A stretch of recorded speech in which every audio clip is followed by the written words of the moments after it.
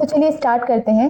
ये क्वेश्चन आपके most recent exam 2024 में पूछा गया था और हम ये बैकवर्ड शुरू कर रहे हैं। इसका मतलब पहले 2024, 23, 22 और इस तरह से ये आपके पिछले 10 साल के क्वेश्चंस कवर करेंगे। चलिए, तो आपका पहला क्वेश्चन है, plans are made for a specific period of time, maybe for a month, a quarter और a year. At the end of that period, there is a need for a new plan to be drawn on the basis of new requirements and future conditions. The feature of the planning reflected in the above lines is. तो आपके पास चार option है, futuristic, continuous, pervasive, mental exercise. तो यहाँ पे futuristic का मतलब होता है कि जो प्लान्स होते हैं वो हमेशा फ्यूचर के लिए बनाए जाते हैं, कभी पास्ट के लिए नहीं बनते. तो आज जो आप प्लानिंग कर रहे हो वो फ्यूचर के किसी गोल को अचीव करने के लिए कर रहे होंगे. जबकि इस लाइन से ऐसा कोई सेंस नहीं निकल रहा था. यहाँ पर हम चेंजेस की बात कर रहे हैं कि अभी जो बना है वो मतलब अब आगे जब सिचुएशन बदलेगी तो आपको चेंज करना पड़ेगा. परवेसिव का मतलब होता है कि ये हर एक ऑर्गेनाइजेशन में और एक ऑर्गेनाइजेशन की हर एक लेवल ऑफ मैनेजर्स इसे परफॉर्म करते हैं. और इस लाइन से ऐसा भी कोई सेंस नहीं निकल रहा था. फिर है planning is a mental exercise. तो यहाँ पर हम डिस्कस करते हैं कि प्लानिंग करने के लिए आपको कई सारे एक्सपर्ट्स और प्रोफेशनल्स को हायर करना पड़ता है. बहुत सारी इंटेलेक्चुअल प्रोसेस आपको परफॉर्म करनी पड़ती है, तब जाके कोई प्लान बनता है. तो इस पैराग्राफ से ऐसा भी कोई सेंस नहीं निकल रहा था. तो ये आंसर हो जाएगा कंटिन्यूअस.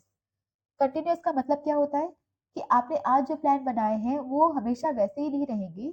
आप लगातार अपने एनवायरनमेंट पे नजर रखते रहेंगे और जब भी एनवायरनमेंट चेंज होगा या जब आपको लग रहा होगा कि आपके पहले बने हुए प्लान से आपको उतना यूजफुल रिजल्ट नहीं दे रहे हैं, तो आप अपने प्लान में चेंजेस करते रहेंगे. तो जब भी कुछ चेंज करने की बात है तो वो क्या हो जाएगा, कंटिन्यू. तो नेक्स्ट हमें ये केस स्टडी गिवन है. अब आई वुड रिक्वेस्ट यू कि आप स्क्रीन को यहीं पे पॉज करिए, आप खुद से केस स्टडी को रीड करके इसका आंसर फाइंड आउट करने की कोशिश करिए. अगर नहीं बनता है तो फिर आगे कंटिन्यू करिए.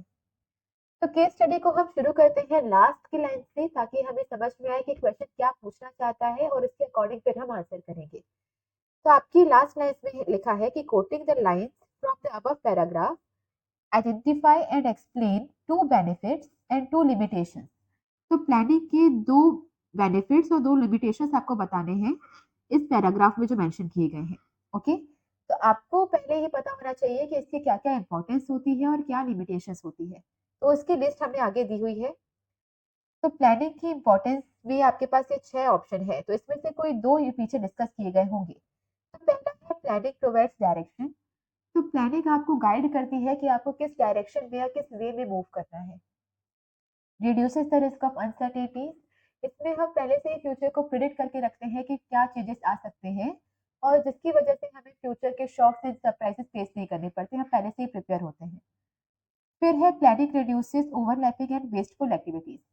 तो प्लानिंग में सारा काम पहले से ही डिवाइड किया होता है, जिसकी वजह से किसी भी काम का डुप्लीकेशन नहीं होता, ओवरलैपिंग नहीं होता और इससे हमारे रिसोर्सेज वेस्ट नहीं होते.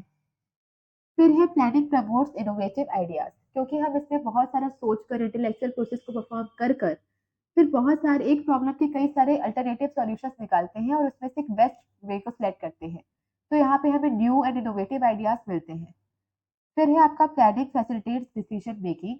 अब प्लानिंग में क्या होता है कि आपने पहले से ही अपने सारे ब्लूप्रिंट तैयार करके रखा होता है कि क्या चेंजेस आ सकते हैं और किस चीज में हमें कैसे एक्ट करना है. तो इसकी वजह से ये आपको डिसीजन मेकिंग में भी हेल्प करता है. फिर है आपकी planning establish the standard for controlling.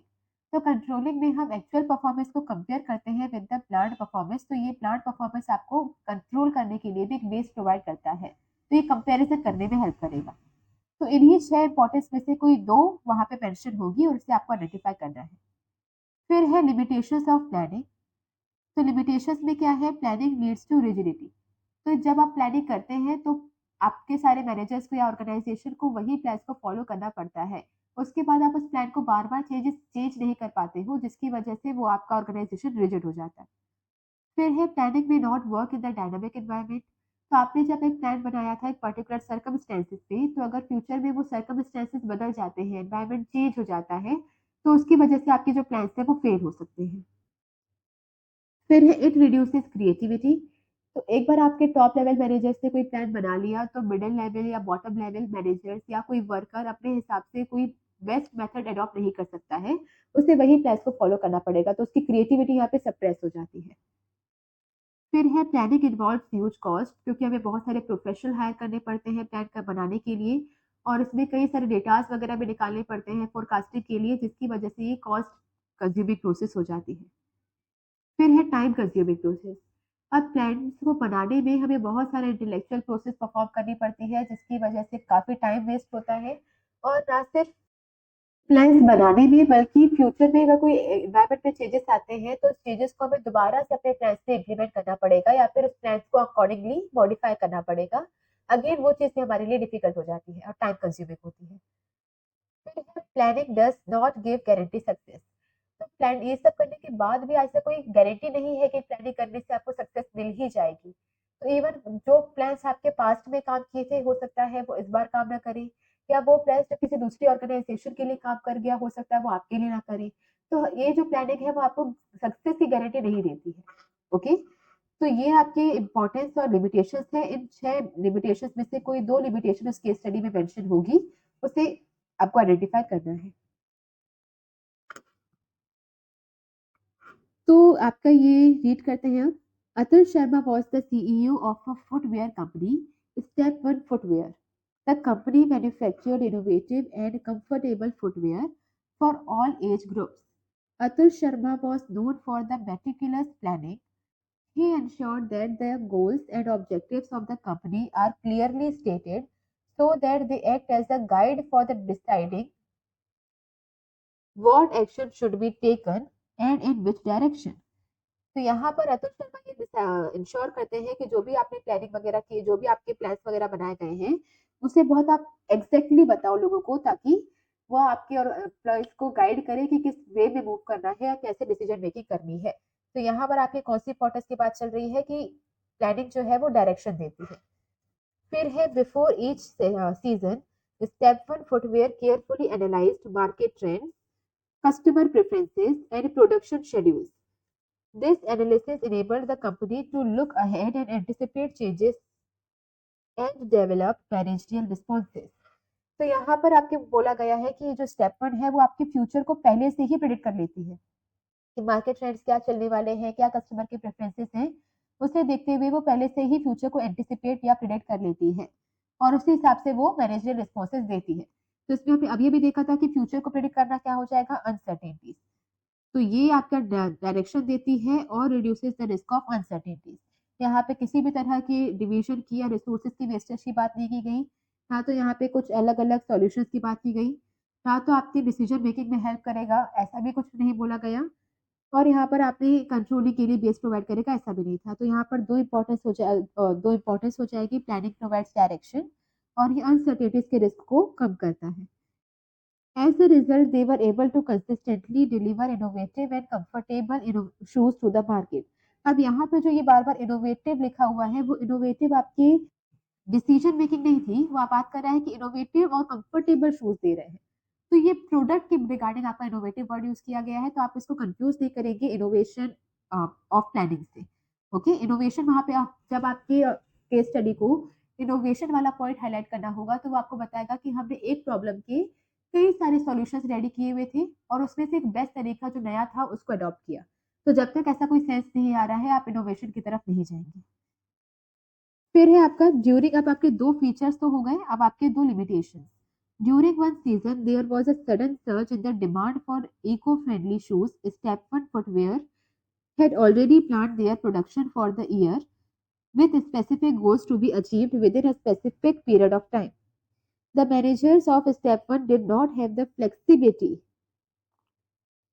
to change the plan to cope with the changed circumstances. तो यहाँ पर वो आपको बोल रहा है कि एक बार प्लान्स बन गए तो उसके बाद फिर फ्लेक्सिबिलिटी नहीं रही कि हम उसे चेंज कर पाए। तो फ्लेक्सिबिलिटी नहीं रही तो उसका मतलब क्या है, रिजिड हो गया। तो इसकी वजह से ये आपका लिमिटेशन कौन सा हो जाएगा कि प्लानिंग लीड्स टू रिजिडिटी। तो यहाँ पे अभी हमने डिस्कस किया, तो ये आपके एक लिमिटेशन हो जाएगी कि प्लानिंग से रिजिडिटी होती है, क्योंकि आप उसको दोबारा से चेंज नहीं कर पाते।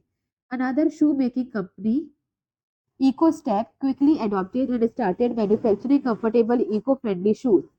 By not being able to adjust to the rapidly changing market, अब क्योंकि एनवायरनमेंट रैपिडली चेंज कर रहा था, आपने उसे अडॉप्ट नहीं किया, इसकी वजह से step one footwear faced inventory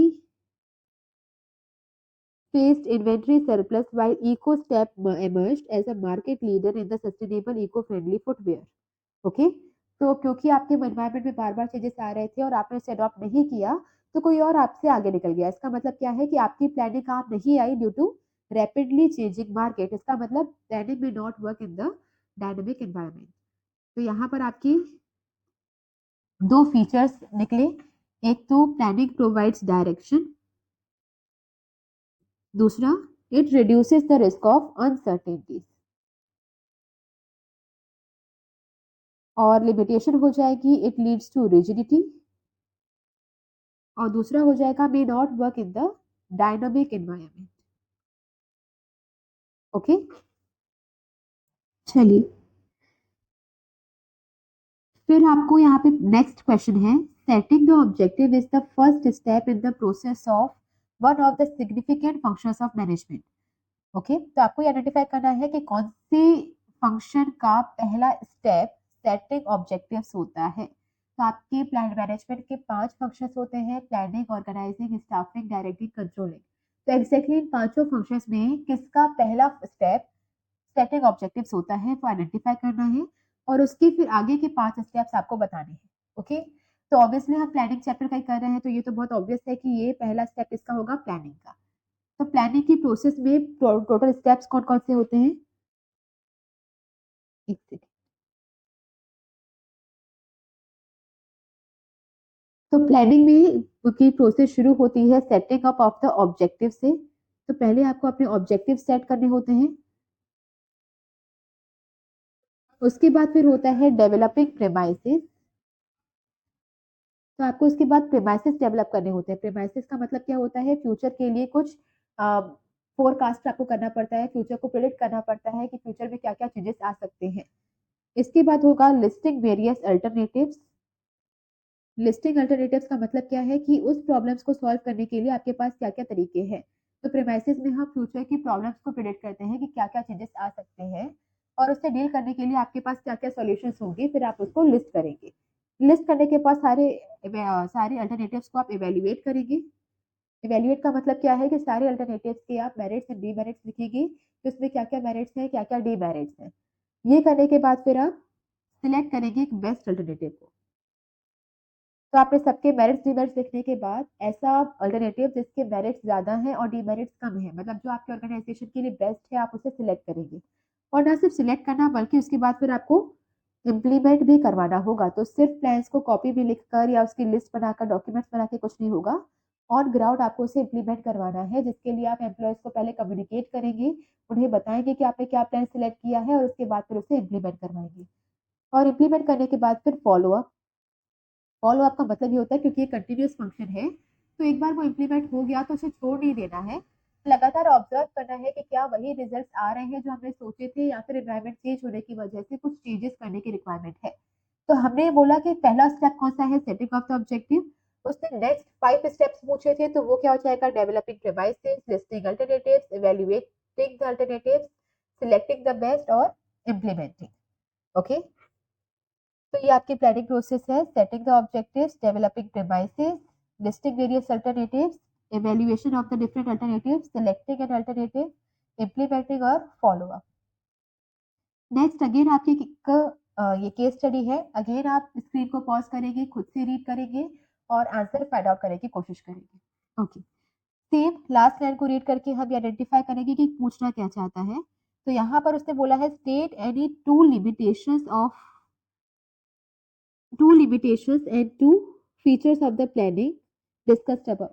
तो ऊपर के पैराग्राफ में 2 लिमिटेशंस दिए गए हैं और 2 आपकी ये फीचर्स दिए हुए हैं। तो लिमिटेशंस तो अभी आपने देख लिया कौन कौन से होते हैं, फीचर्स भी आपके यहाँ पर दिए हुए हैं, आप उसको रीड कर लेंगे। तो पहला आपका फीचर हो जाएगा कि contributes to the objective. Okay, तो सबसे पहले हम प्लानिंग में हमें ये पता चलता है कि हमें कौन से गोल के लिए काम करना है, आपका ऑब्जेक्टिव क्या है। ये प्राइमरी फंक्शन है क्योंकि बाकी कोई भी function organising, staffing, directing, controlling को परफॉर्म करने के लिए आपको बेस चाहिए होती है प्लानिंग। तो ऑर्गेनाइजिंग में जो भी आपने जॉब पोजीशन बनाई हुई है, जिसको रिक्रूट किया है स्टाफिंग में, या जिसको आप डायरेक्शन दे रहे हो, ये सारी चीजें क्या होंगी, प्लान्स के अकॉर्डिंग होती है। तो प्राइमरी फंक्शन आपका प्लानिंग है। फिर है परवेसिव, इसे हर एक ऑर्गेनाइजेशन में किया जाता है, हर एक लेवल ऑफ मैनेजमेंट इसे परफॉर्म करता है। फ्यूचरिस्टिक मतलब हमेशा फ्यूचर के बारे में होती है प्लानिंग, कभी बैकवर्ड लुकिंग नहीं होती है। तो मतलब बैकवर्ड लुकिंग होती है बट पास्ट की प्लानिंग नहीं होती है। यहाँ पास्ट के एक्सपीरियंस को यूज करके हम फ्यूचर की प्लानिंग करते हैं। फिर है कंटिन्यूअस। तो इसमें ऐसा नहीं है कि आपने एक बार बना लिया तो फिर वो वैसे ही रहेगा, आपको कंटिन्यूअसली इसमें चेंजेस करने पड़ते हैं जब भी एनवायरनमेंट में चेंज आएगा। Planning involves decision making.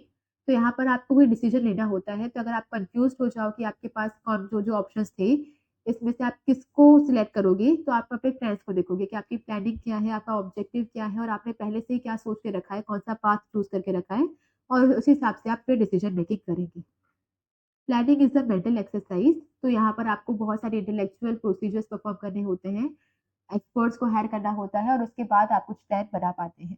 तो ये आपकी कुछ फीचर्स हैं और लिमिटेशंस हम पहले ही डिस्कस कर चुके हैं, इनमें से ही आपकी कुछ वहाँ पे मेंशन होंगी। तो दो लिमिटेशंस और दो फीचर्स, तो दो लिमिटेशंस और दो फीचर्स आपको आइडेंटिफाई करने हैं। तो चलिए, Mega Limited holds an annual management program every year in the month of March, in which the top managerial personnel formulate plans for the next year by analyzing and predicting the future to meet future events effectively। तो वो plans बनाता है अगले साल के लिए, predict करने के बाद कि फ्यूचर में क्या होने वाला है, to meet the future events effectively. तो फ्यूचर की बात की गई है कि फ्यूचर को हम प्रिडिक्ट करने के बाद फिर फ्यूचर को मीट करने के लिए कुछ प्लान्स बनाते हैं। तो ये क्या हो जाएगा कि प्लानिंग आपकी फ्यूचरिस्टिक होती है। फिर है as they are responsible for providing direction to the organisation, facts are thoroughly checked through scientific calculations, detailed plans are prepared after discussion with the professional experts। तो प्रोफेशनल एक्सपर्ट्स को higher करना पड़ा है, मतलब यहाँ पर हमें अभी डिस्कस किया कि वो क्या होगी, mental exercise. preliminary investigation are also undertaken to find out viability of the plan। Since it is an intellectual activity, मतलब तीन चार इसने हिंट्स दे दी है ताकि वो क्या है, मेंटल एक्टिविटी है। तो आपको इंटेलेक्चुअल एक्टिविटी परफॉर्म करनी होती है जिसके लिए आप प्रोफेशनल्स को हायर करते हो। तो ये क्या हो जाएगी, प्लानिंग का मेंटल एक्सरसाइज। फिर है आपकी दो फीचर्स कंप्लीट हो गए, अब आपको निकालनी है दो limitation. Requiring intelligent imaginations and sound judgment, it is mainly done by the top management। Okay, usually rest of the members just implement the plans। तो बाकी के लोग सिर्फ प्लान्स को इम्प्लीमेंट करते हैं। Middle level managers are neither allowed to deviate from the plans not they are permitted to act on their own. तो उन्हें परमिशन नहीं दी जाती है कि वो आपके कुछ भी नए प्लान्स को एक्ट करें या फिर अपने हिसाब से किसी भी काम को परफॉर्म करें। तो उन्हें परमिशन नहीं दी जा रही है, वो उन्हें अलाउ नहीं किया जा रहा है। इसका मतलब क्या है कि उनकी क्रिएटिविटी सप्रेस हो रही है। तो यहाँ पे क्या हो जाएगा कि प्लानिंग से उनकी क्रिएटिविटी सप्रेस होती है।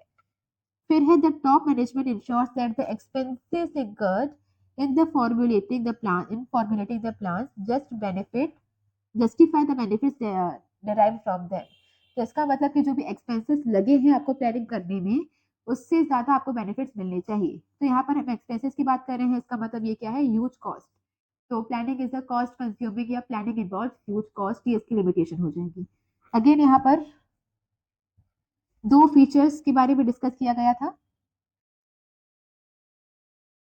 तो पहला इसका फीचर था मेंटल एक्सरसाइज, जहाँ पे हमने प्रोफेशनल्स को हायर किया था, और दूसरा फीचर था फ्यूचरिस्टिक, जहाँ पे हमने फ्यूचर को प्रिडिक्ट करके फिर फ्यूचर के इवेंट्स को फुलफिल करने के लिए प्लान्स बनाए थे। दो इसके लिमिटेशंस हो गए थे, और दो लिमिटेशंस में पहला था इट रिड्यूसेस क्रिएटिविटी, क्योंकि मैनेजर्स को अलाउ नहीं किया जा रहा था कि वो अपने हिसाब से कोई डिसीजन मेकिंग कर सकें। और दूसरा कि इसमें कॉस्ट ज्यादा लगते हैं, तो it involves huge cost. Okay,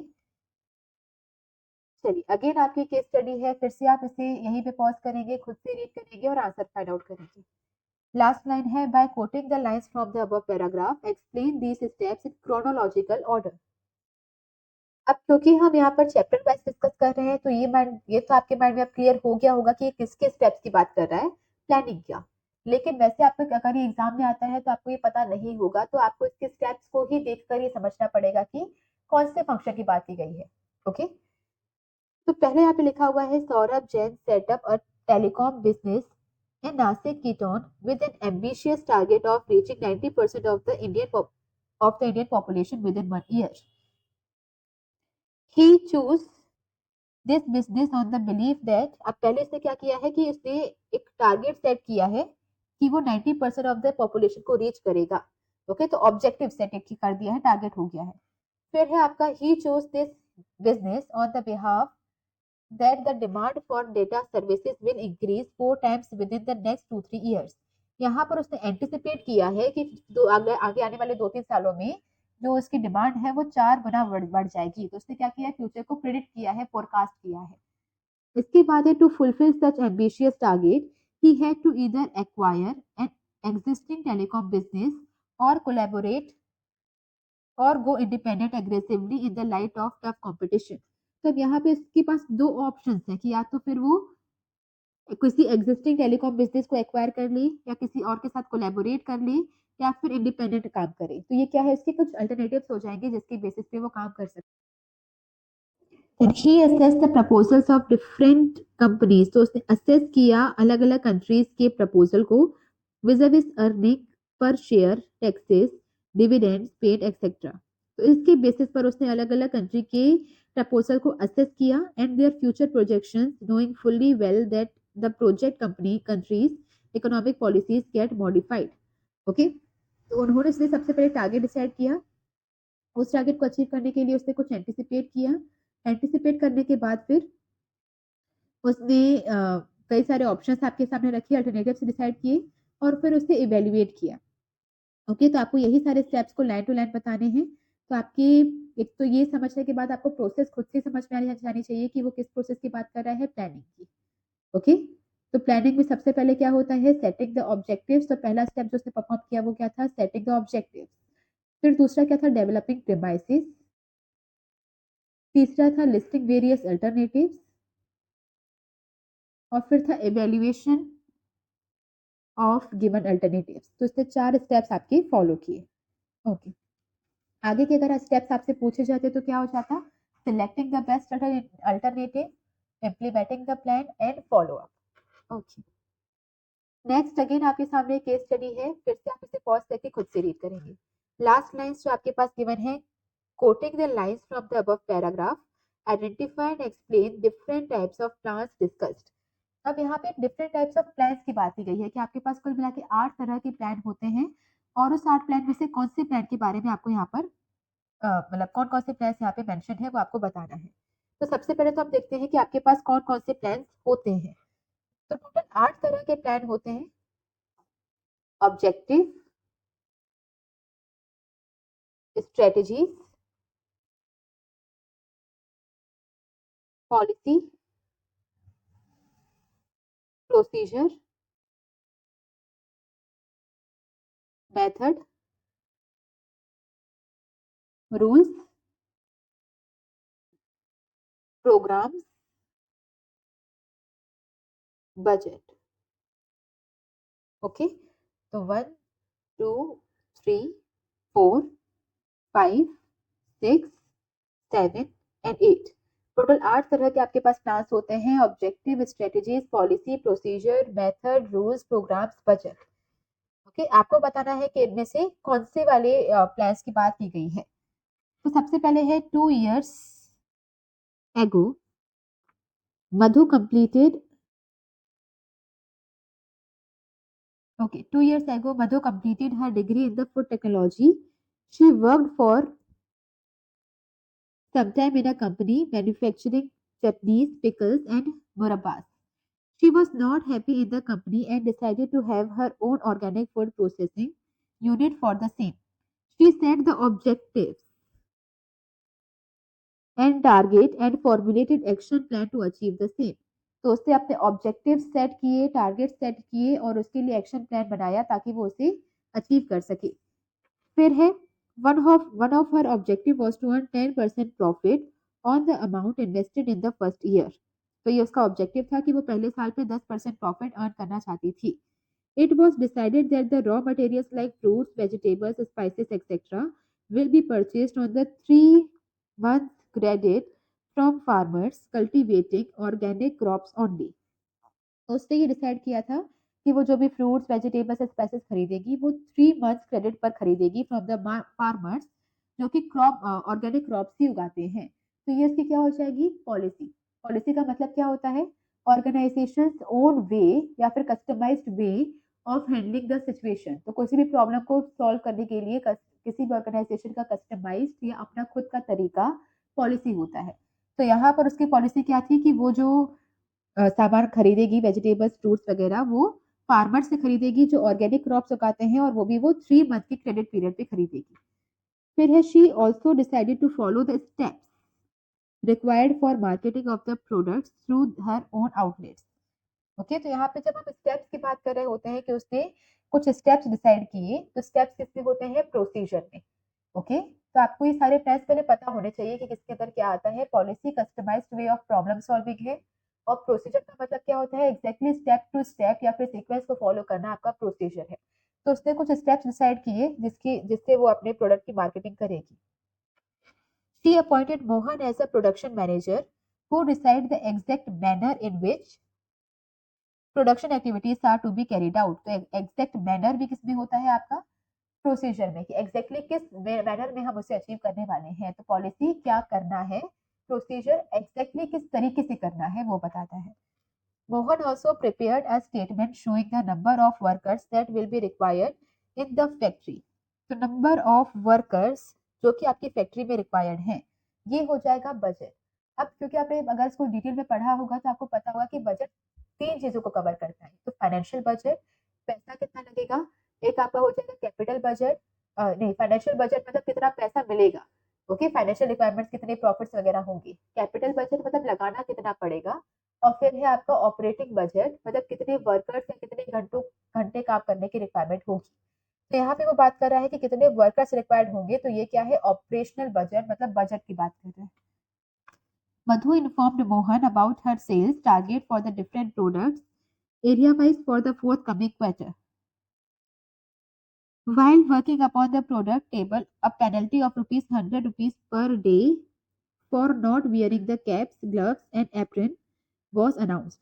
तो अनाउंस किया गया कि जो कैप्स नहीं पहनेगा, ग्लव्स नहीं पहनेगा, एप्रन नहीं पहनेगा, उनके ऊपर 100 रुपए हर दिन का फाइन लगेगा, पेनल्टी लगेगी।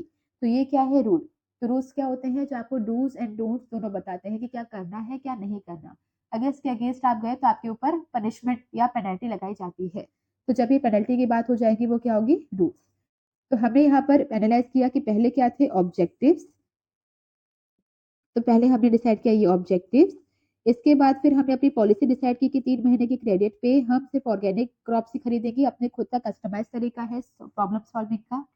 फिर हमने स्टेप्स तैयार किए कि किस वे में काम करना है, तो ये प्रोसीजर।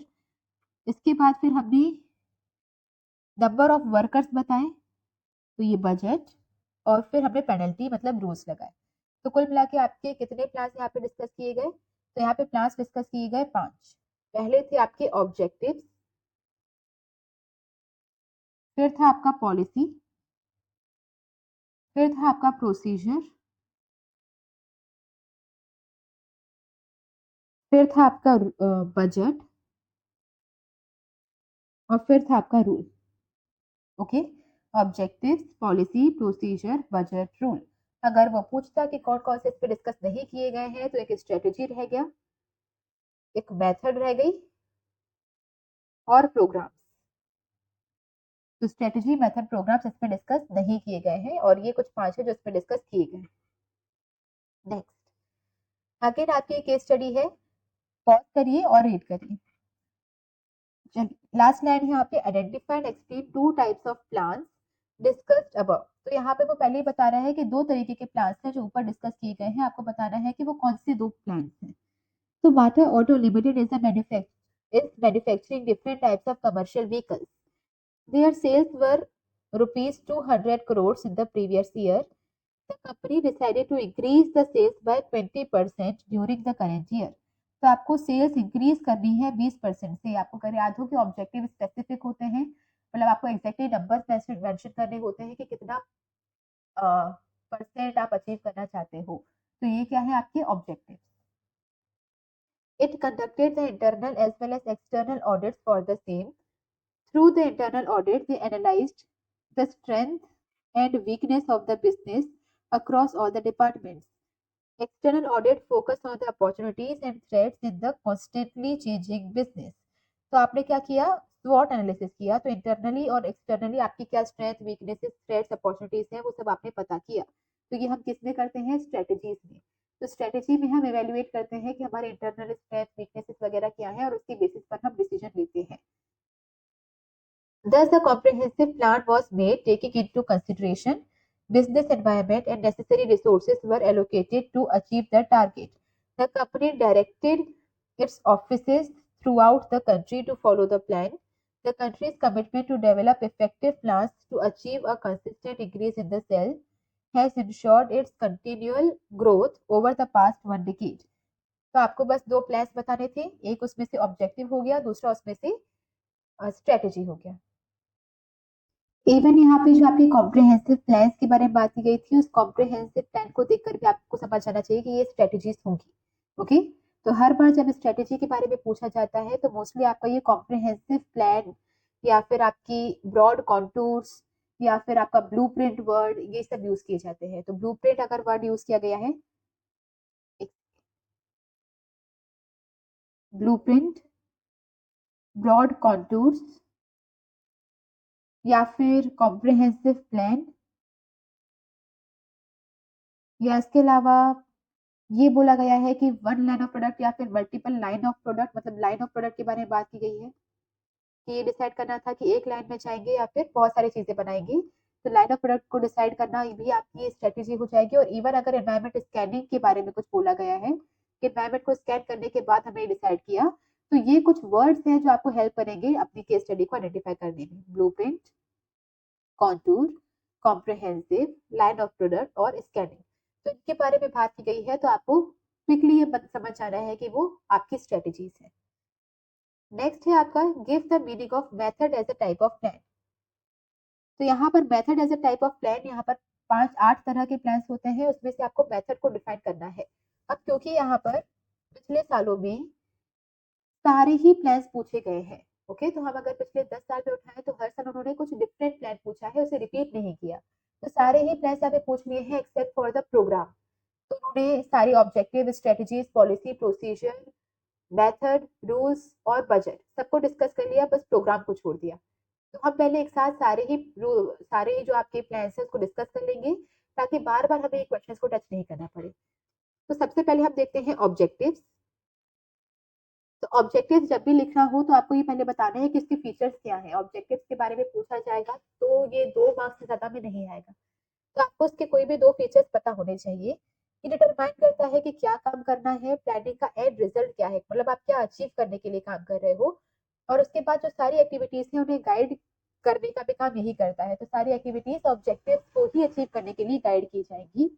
इसके अलावा ये आपकी सारी पूरी बिजनेस प्लानिंग को भी गाइड करता है। तो आपको कैसे प्लानिंग करनी है, क्या करना है, ये भी ऑब्जेक्टिव पर ही डिपेंड करता है।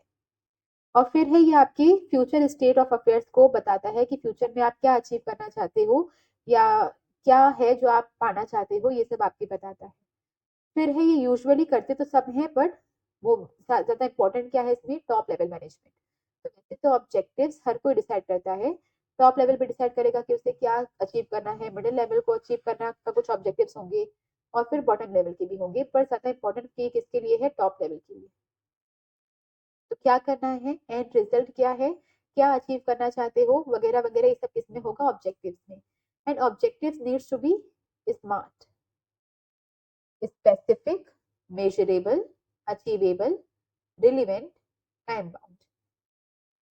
फिर हम देखते हैं कि फीचर्स ऑफ स्ट्रेटेजीज। स्ट्रेटेजीज के क्या फीचर्स होते हैं, तो कुछ वर्ड्स हमने अभी देखे कि ये ब्लूप्रिंट होता है बिजनेस का, ये बिजनेस एनवायरनमेंट से इसको फर्क पड़ता है, इसलिए हम स्कैनिंग करते रहते हैं। फिर है जो स्ट्रेटेजीज है वो फ्यूचर डिसीजन मेकिंग में हेल्प करती है कि फ्यूचर में कैसे डिसीजन लेना है आपको। ये आपके ब्रॉड कॉन्टूर्स बताती हैं कि आपका पूरा ऑर्गेनाइजेशन का फ्रेमवर्क क्या है या क्या बाउंड्रीज है जिसके अंदर रहकर आप काम करेंगे।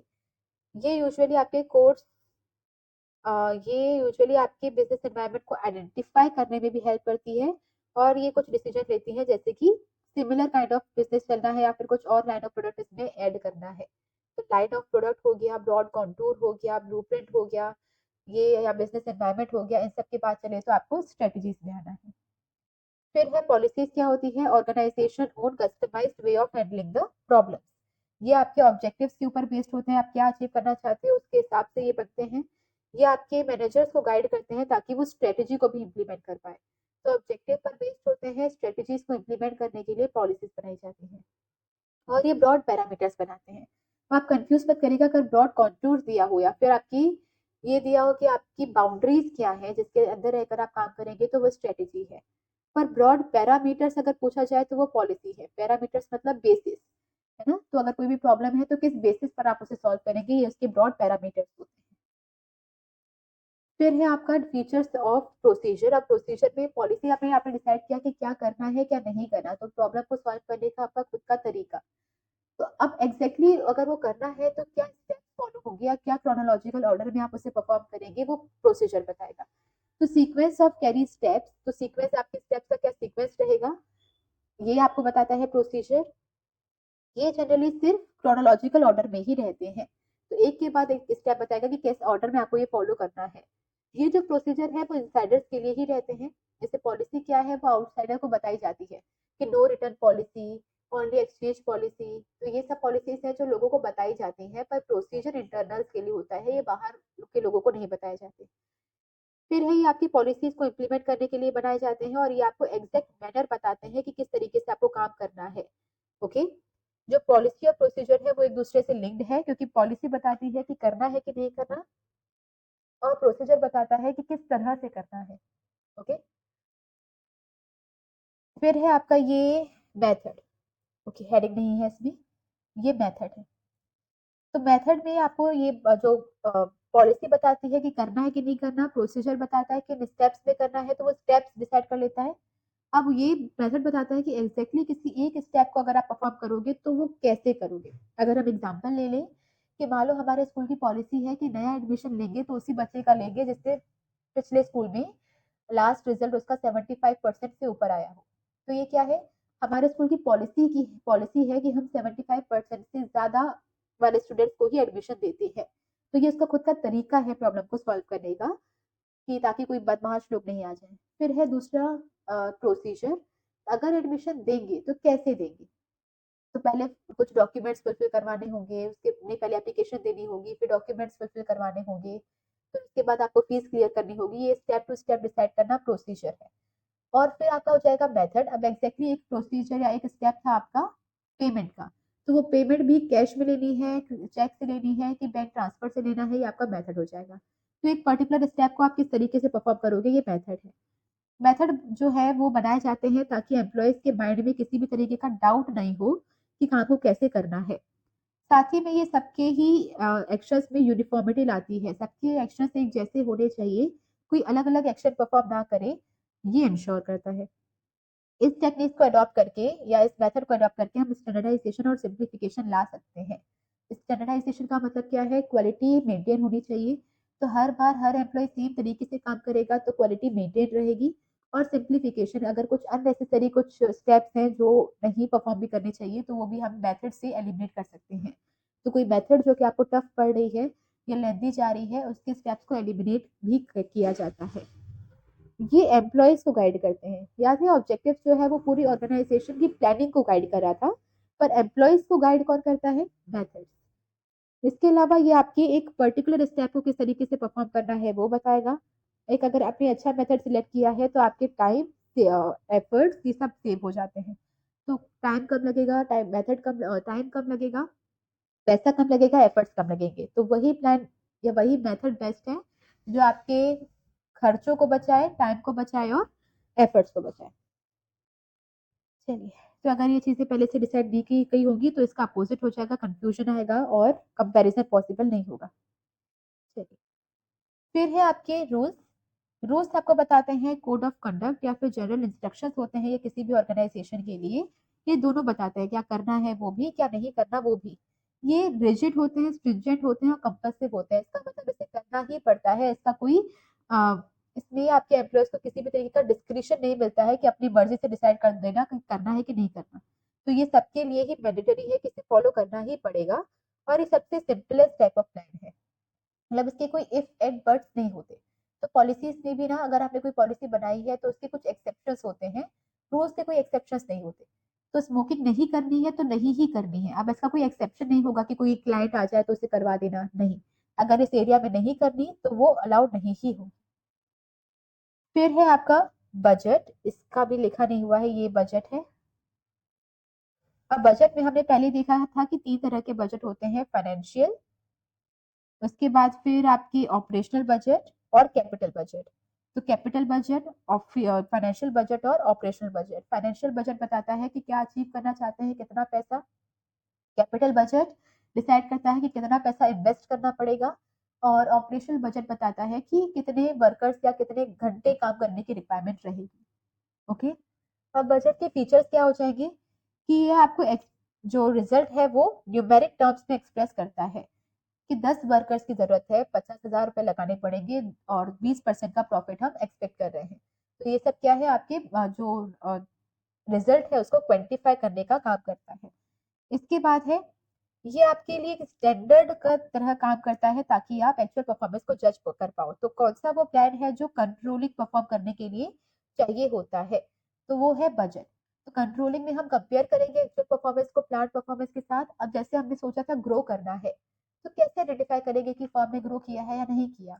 नंबर्स को देखकर कि पिछले साल 10,000 का प्रॉफिट था, अब 20,000 का है, तो ये क्या हो जाएगा, इस नंबर्स को देखकर हम आइडेंटिफाई कर सकते हैं कि ग्रो किया कि नहीं किया। फिर है आपकी quantify future facts and figures. तो फ्यूचर के फैक्ट और फिगर को क्वांटिफाई या फिर क्वांटिटीज में कन्वर्ट करने में हेल्प करता है। ये जो बजट है वो हर लेवल पे बनाए जाते हैं और ये कंट्रोलिंग डिवाइस है, ये तो हो गया। ओके। फिर आपका इसमें लास्ट, क्योंकि प्रोग्राम्स हालांकि अभी तक किसी भी एग्जाम में पूछा नहीं जा चुका है, मतलब बोर्ड एग्जाम के अभी पिछले 10 सालों में तो ये नहीं पूछा जा चुका है, पर फिर भी क्योंकि एक ही प्लान रह रहा है तो हम इसे भी कवर करेंगे। तो ये आपकी किसी भी एक पर्टिकुलर प्रोजेक्ट की डिटेल स्टेटमेंट देता है। तो मान लीजिए मुझे कोई मॉल बनवाना है, तो उस मॉल को बनाने के लिए सारे स्टेटमेंट, सारी चीजें जो भी होंगी वो सब प्रोग्राम में कवर किया जाएगा। तो मॉल बनाने का ऑब्जेक्टिव क्या है, क्या पॉलिसीज फॉलो करेंगे, क्या प्रोसीजर होगा, रूल्स होगा, ये सबका मिक्सचर होगा। यहाँ पर बहुत अलग अलग एक्टिविटीज के लिए प्रोग्राम्स बनाए जाते हैं। ये एक ऑर्गेनाइजेशन का सिस्टमेटिक वर्क को इंश्योर करता है कि मान लो जब तक मॉल कंप्लीट नहीं हो जाता तो सारे काम सिस्टमेटिकली होते रहें, इसीलिए हम इसका प्रोग्राम बनाते हैं। यहाँ पे सारी एक्टिविटीज इन्वॉल्व हो जाती हैं। सारी एक्टिविटीज का मतलब क्या है, ऑब्जेक्टिव्स भी इसमें बनाने पड़ेंगे, रूल्स डिसाइड करने पड़ेंगे, पॉलिसी डिसाइड करनी पड़ेगी, सब कुछ हो जाएगा। ओके। तो यहाँ पे इवन माइन्यूटेस्ट डिटेल्स, छोटी छोटी डिटेल्स, सब कुछ इसमें कवर किया जाता है कि क्या क्या कंप्लीट इसमें करना चाहिए हमें। ओके। नेक्स्ट अगेन, अब यहाँ पर हमने क्योंकि सारे प्लान्स डिस्कस कर लिए हैं, तो बार बार जब ये क्वेश्चंस आएंगे कि ऑब्जेक्टिव, पॉलिसीज, ये स्ट्रेटेजीज बताइए, तो हम दोबारा रिपीट नहीं करेंगे।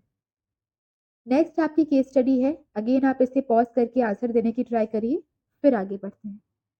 List the first 2 steps which have been followed by the Saurabh that are related to the process of one of the function of the management। अब अगेन यहाँ पर उसने ये नहीं बताया है कि कौन सा फंक्शन, तो ये भी आपको ये सब रीड करने के बाद समझना पड़ेगा कि ये कौन से वाले फंक्शन की बात कर रहा है। और उस फंक्शन के पहले 2 स्टेप बताइए जो कि सौरभ ने परफॉर्म किए हैं, है ना। इसका मतलब ये नहीं बोल रहा है कि उसके पहले 2 फंक्शन ही, पहले 2 स्टेप बता दो, वो बोल रहा है कि वो पहले 2 स्टेप बताओ जो सौरभ ने परफॉर्म किए हैं। तो सबसे पहले हम देखते हैं कि Saurabh decided to start a chocolate manufacturing business. He set the target of earning 10% profit on the sale in the first year. As good businessman, he was concerned about the future of the business, which was uncertain. He gathered information that the demand for chocolates is increasing day by day. He used this information is to gather information, then he used this information as the base for future planning and shared it with the team. On the basis of the gathered information, he scheduled a meeting in the following week to find innovative ways to achieve the objective. तो उसने क्या किया, पहले तो target decide किया कि उसे achieve क्या करना है, तो उसे अचीव करना है 10% profit on the sales in the first year. उसके बाद फिर उसने इंफॉर्मेशन गैदर की कि उसे मतलब मार्केट में उसकी डिमांड है या नहीं है, और उस इंफॉर्मेशन के बेसिस पर फिर उसने एक फ्यूचर प्लानिंग को डिसाइड करने के लिए एक टीम बनाई। अब उसने उस टीम की मीटिंग रखी है ये, ताकि हम ये डिसाइड कर पाए कि हमारे पास क्या क्या इनोवेटिव वेज है ताकि हम उस ऑब्जेक्टिव को अचीव कर पाए। तो अभी तक मीटिंग बैठी नहीं है इसका मतलब अल्टरनेटिव्स डिसाइड हुए नहीं है। तो पहले दो स्टेप्स जो फॉलो हुए वो कौन से हैं? ऑब्जेक्टिव डिसाइड करना और प्रेमाइसिस डेवलप करना, फ्यूचर को प्रिडिक्ट करना। ओके, तो कौन से दो स्टेप्स हो जाएंगे जो हमने यहाँ पे परफॉर्म किए हैं? तो पहला है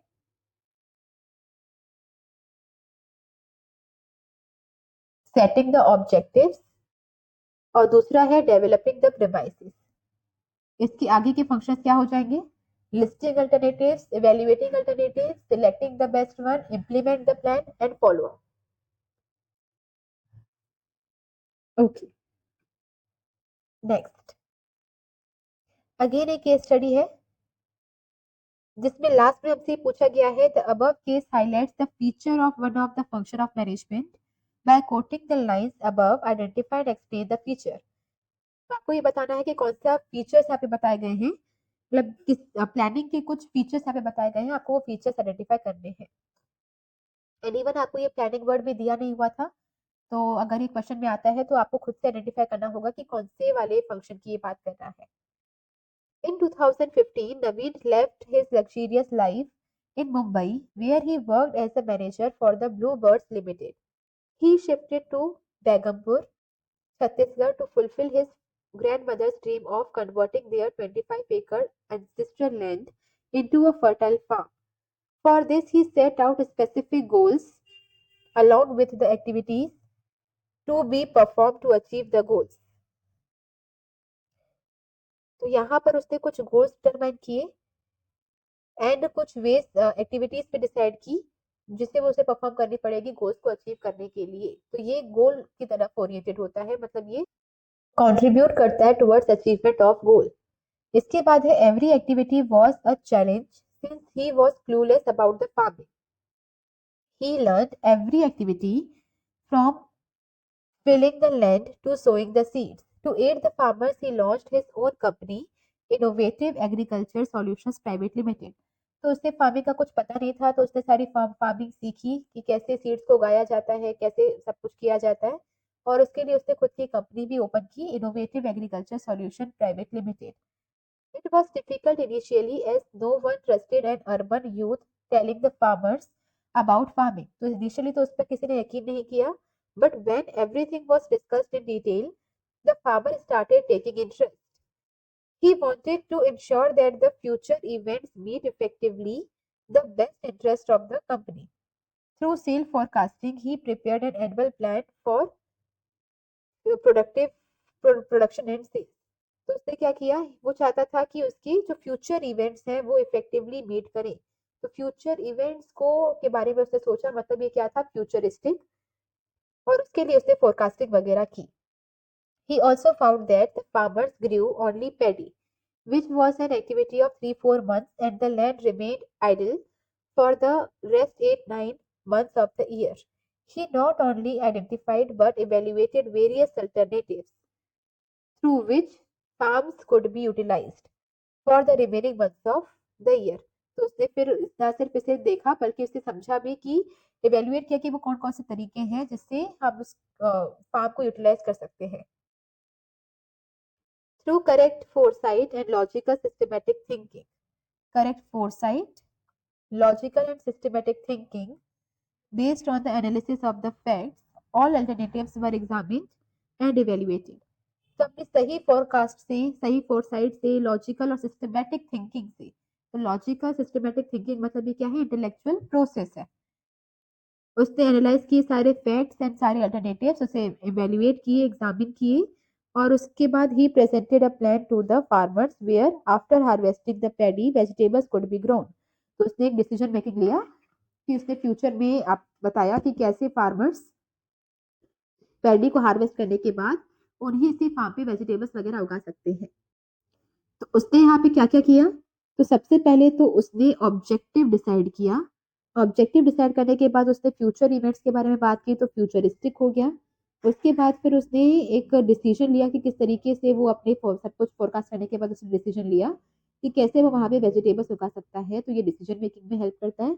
और फिर आपके करेक्ट फोरसाइट, लॉजिक और सिस्टमैटिक थिंकिंग है इसमें, तो यहाँ पर आपका मेंटल एक्सरसाइज भी हो जाएगा। पर क्योंकि अगर आपको 4 बताने हो तो ये चारों हो जाएंगी। अब मान लीजिए अगर आपको उसमें से कोई 3 पूछे हैं, तो ऑब्जेक्टिव्स के बारे में उसने क्लियरली बात की गई है, ये तो होगा ही। फ्यूचर इवेंट्स के बारे में भी उसने क्लियरली मेंशन किया है, तो ये भी होगा। और उसने एक डिसीजन लिया है, तो ये भी होगा।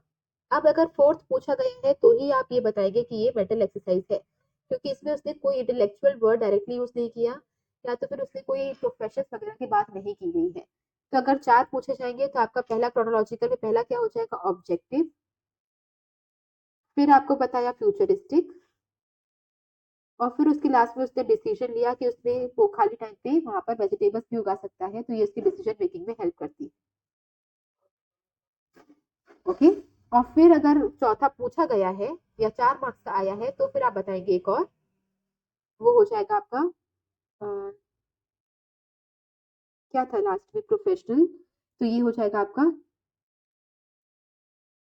Mental exercise. चलिए, तो नेक्स्ट है आपके 3 फीचर्स बताने हैं प्लानिंग के, हम ऑलरेडी कवर कर चुके हैं। इसके बाद है give the meaning of strategy and rule. Strategy and rules भी ऑलरेडी डिस्कस कर चुके हैं। 3 पॉइंट्स ऑफ इम्पोर्टेंस, तो इम्पोर्टेंस भी हम पहले डिस्कस कर चुके हैं कि ये डायरेक्शन देता है, इसके अलावा ये आपकी अनसर्टेनिटी से आपको बचाता है, कंट्रोलिंग के लिए बेस प्रोवाइड करता है, एक्सेट्रा। इसके अलावा आपकी मीनिंग और ये बजट, ये भी हम पहले कवर कर चुके हैं। 3 लिमिटेशंस आपको बतानी है कि गारंटी नहीं देता कि सक्सेस मिलेगी ही मिलेगी, रिजिडिटी होती है, क्रिएटिविटी खत्म कर देता है। ऑब्जेक्टिव प्रोसीजर हम कवर कर चुके हैं। प्लानिंग डिफाइन करनी है, तो प्लानिंग का मतलब क्या हो जाएगा, pre deciding what is to be done, how it is to be done, when it is to be done, and by whom it is to be done. क्या करना है, कैसे करना है, कब करना है, कौन करेगा, इसे एडवांस में डिसाइड कर लेना ही प्लानिंग है। और इसके पहले 2 स्टेप्स बताने हैं, तो स्टेप्स हम बार-बार देख चुके हैं, objectives, devices, listing alternatives, evaluating, selecting, implementing and follow up. Again आपकी एक केस स्टडी दी गई है। तो नेक्स्ट हमें आइडेंटिफाई करना है the type of plan which help best electronics to become market leader. तो यहाँ हमारे पास 4 ऑप्शन दिए हुए हैं, पॉलिसी, रूल, स्ट्रेटेजी और प्रोसीजर। इनमें से एग्जैक्टली वो कौन सा प्लान है जो हेल्प करेगा बेस्ट इलेक्ट्रॉनिक को मार्केट लीडर बनने में। तो केस स्टडी आपके पास दी हुई है कि best electronic is led by it's visionary chief executive officer Nikhil. It has a reputation for good quality products and customer service. Nikhil recognized the need to continually innovate and provide customer with the latest products. He wanted the company to be the market leader in electronics. Nikhil knew that to realize its ambitious vision, he needed a clear and well-defined plan that would provide broad contours of the company's business. His team conducted extensive market research to uncover emerging trends, customer preferences, and potential competitors. On its basis, a plan was prepared, defining the company's direction and scope in the long run. On the implementation of the plan, Best Electronics became the market leader in 2 years. तो यहाँ पे बाकी सब तो ठीक है, but broad contours word देखकर ही हमें क्या समझ जाना चाहिए कि ये स्ट्रेटेजी के बारे में बात कर रहा है। तो ब्रॉड कॉन्टूर्स हम पहले भी कुछ टर्म्स देख चुके हैं, जैसे कि ब्रॉड कॉन्टूर या फिर ब्लूप्रिंट हो गया, या फिर आपका ब्रॉड बाउंड्रीज हो गई, या एनवायरमेंट स्टडी के बारे में बात कर ले, सिंगल या मल्टीपल लाइन ऑफ प्रोडक्ट के बारे में बात कर ले, तो ये सब क्या होते हैं, स्ट्रेटेजीज। ओके, तो नेक्स्ट अगेन आपके पास एक छोटी सी केस स्टडी है। यहाँ पर वो आपको अगेन ये आइडेंटिफाई करना है कि type of plan that Varsha needs to develop to provide direction and scope to her organisation in the long run. अब अभी केस स्टडी पढ़ने से पहले ही हमें पता करना है कि आपको वो प्लान आइडेंटिफाई करना है जो उसे डायरेक्ट करेगा और स्कोप प्रोवाइड करेगा इन द लॉन्ग रन। तो जब ऐसे कुछ वर्ड्स मिलते हैं तो उसकी हाई प्रोबेबिलिटी है कि यहाँ पर जिस प्लान के बारे में बात की गई होगी वो आपका स्ट्रेटेजी ही होगा। तो लॉन्ग रन में जो आपको स्कोप प्रोवाइड करता है या फिर जो डायरेक्शन दिखाता है वो आपका क्या हो जाएगा, स्ट्रेटेजी। ठीक है, चलिए, तो Varsha Jain after completing her fashion designing course from Indian Institute of Fashion Technology plan to enter into designer clothing venture. She had to address the issues like her target customers, उसके टारगेट कस्टमर कौन से हैं, channel of distribution क्या use करना है, pricing policy कैसे रखनी है। तो यहाँ पे वो बहुत सारे तरह के डिसीजन ले रही है, जैसे टारगेट कस्टमर क्या होंगे, चैनल ऑफ डिस्ट्रीब्यूशन क्या होगा और प्राइसिंग पॉलिसी क्या होगी। तो इसमें वो क्या डिसाइड कर रही है, स्ट्रेटेजी। ओके, चलिए। अगेन आपके पास एक केस स्टडी है, इसमें पूछा गया है coating the lines from the above paragraph identify and explain different types of plans. I think हम ये पहले कवर कर चुके हैं। ये ऑब्जेक्टिव था 50% प्रॉफिट, इसके अलावा उसकी पॉलिसी थी 2 महीने क्रेडिट पे सामान देने की। उसके बाद फिर एग्जैक्ट मैनर मतलब प्रोसीजर था। उसके बाद ये सेल्स टारगेट परफॉर्म करने के लिए उन्हें कितने वर्कर्स की रिक्वायरमेंट है, ये बजट, और अगर कंप्लीट नहीं किया तो 150 रुपीज पेनल्टी, मतलब ये हो गया रूल्स। तो ये हम पहले ही कवर कर चुके थे। फिर है आपको बताना है पॉलिसी का मतलब, ये हम कवर कर चुके हैं ऑलरेडी। फीचर्स बताने हैं, कंटिन्यूस का मतलब क्या होता है। तो प्लान बनने के बाद जब भी इन्वायरमेंट में चेंज आएगा वो चेंजेस आपको अपने प्लान्स में इंट्रोड्यूस करने पड़ेंगे। फ्यूचरिस्टिक, तो प्लानिंग हमेशा फ्यूचर इवेंट्स के लिए किया जाता है, फ्यूचर में कोई चीज अचीव करने के लिए प्लानिंग होती है। कभी बैक मतलब कभी पास्ट की प्लानिंग नहीं होती है, पास्ट की बस एक्सपीरियंस लिया जाता है और उसके बेसिस पे फ्यूचर के प्लान्स बनते हैं।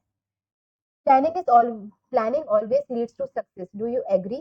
Give reason in support of your answer. Planning हमेशा सक्सेस ही देती है, तो ये गलत हो जाएगा नो, क्योंकि इसकी एक लिमिटेशन थी कि planning does not guarantee success. जरूरी नहीं है कि वो प्लान्स जो आपके पहले काम आए थे वो आगे भी वही काम आएंगे, या फिर हो सकता है कि कोई एक प्लानिंग किसी एक पर्टिकुलर ऑर्गेनाइजेशन के फेवर में जाए पर किसी और के अगेंस्ट में चले जाए। तो ये प्लानिंग हमेशा ही सक्सेस दे ऐसा जरूरी नहीं है। ओके, एंड इसका एक रीजन ये भी है क्योंकि एनवायरनमेंट जो है वो डायनामिक है, तो जब एनवायरनमेंट चेंज होता है तो उसकी वजह से आपके प्लान सक्सेस नहीं हो पाते। नेक्स्ट है name the type of plan which provides the broad contours of an organisation business. तो अभी हमने देखा कि ब्रॉड कॉन्टूर कौन देता है, तो वो है आपकी स्ट्रेटेजी। तो जो प्लानिंग को गाइड करता है वो ऑब्जेक्टिव थे, जो ब्रॉड कॉन्टूर डिफाइन करता है वो स्ट्रेटेजी, जो ब्रॉड पैरामीटर्स बताती है वो पॉलिसी, जो एग्जैक्ट मैनर बताता है काम करने का वो प्रोसीजर, जो क्लैरिटी लाता है माइंड में, स्टैंडर्डाइजेशन सिंप्लीफिकेशन करता है वो मेथड। इसके बाद फिर जो आपको 3 तरह के बजट बता 3 तरह की वो न्यूमेरिक टर्म्स बताता है कि कितने लोग रिक्वायर्ड है, कितना पैसा लगेगा और कितना पैसा मिलेगा, वो बजट।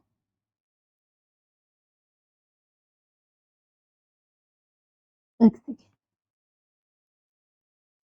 बजट। इसके अलावा फिर आपके रूल्स जो आपको डू एंड डोंट सब बताते हैं, और फिर प्रोग्राम। ओके, तो ये आपके सारे कीवर्ड्स हो जाएंगे इसके। फिर है planning is an important function of management, इसके 24 रीजन, तो आपको 4 इंपॉर्टेंस बतानी है प्लानिंग की। ओके, तो पहला तो ये है कि आपको ये डायरेक्शन देता है, अनसर्टेनिटीज के रिस्क को कम करता है, कंट्रोलिंग के लिए बेस प्रोवाइड करता है, डिसीजन मेकिंग में हेल्प करता है, तो ऐसे कुछ इंपॉर्टेंस आपकी हो जाएंगे। फिर है differentiate between objectives and strategy as a type of plan. तो हम ऑलरेडी ऑब्जेक्टिव्स क्या होते हैं वो देख चुके हैं, स्ट्रेटेजीज क्या होती हैं वो देख चुके हैं।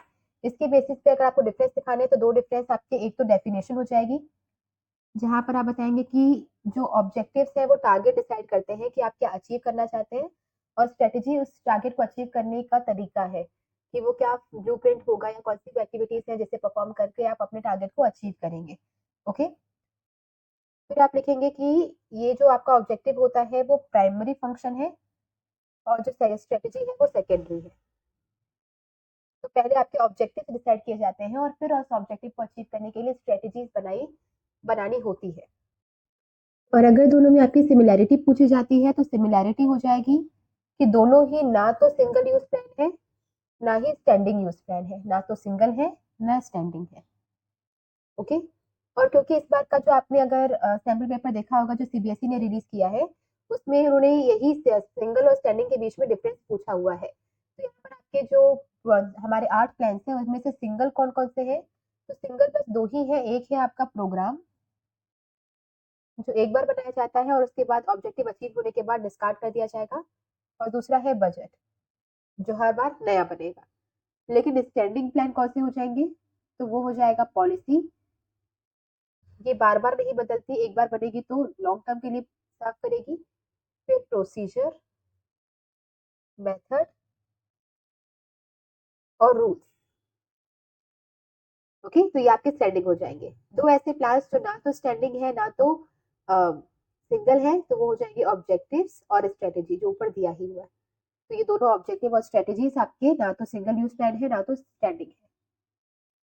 फिर है what are the features of planning, already cover कर चुके हैं।